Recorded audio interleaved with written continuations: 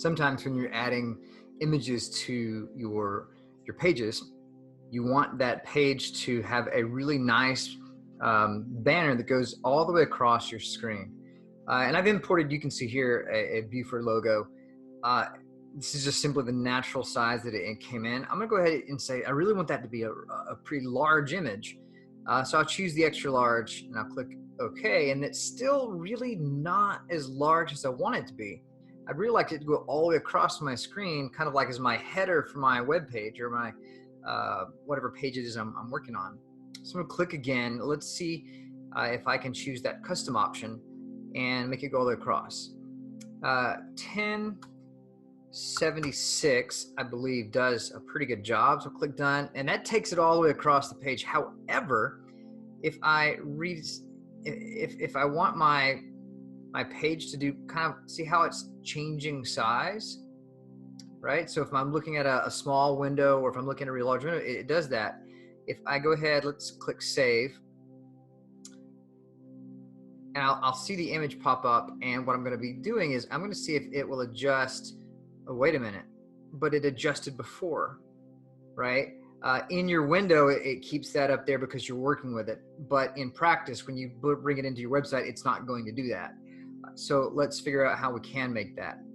Of all the things that I've kind of brought up in the last few tutorials, this is one of the easiest things you can do.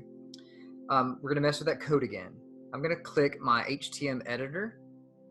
What I'm looking for is here's the Buford logo I entered, right? You can see that, and right after it tells me the width that I chose to put it into. Now, if you've left it as medium, if you left it as small, it won't matter. It's gonna have that width here. I'm going to highlight that width, and I'm gonna change it to this one thing. I'm gonna go 100%. So change the number from whatever pixel it was, right? And now I've changed it to 100%, right? And I click OK, and I know this is gonna do it because it did it last time, but let's see if it took place. Let's save that. And now we can see how it's gonna behave in a traditional setting. So if I shrink it now, so I'm looking at it on a mobile device or anything else, then it will shrink to accommodate that web page up to a certain amount. Like obviously I have a certain width, or I have a certain height prescribed. So once it reaches that height, it'll stop, and then that will keep it that way.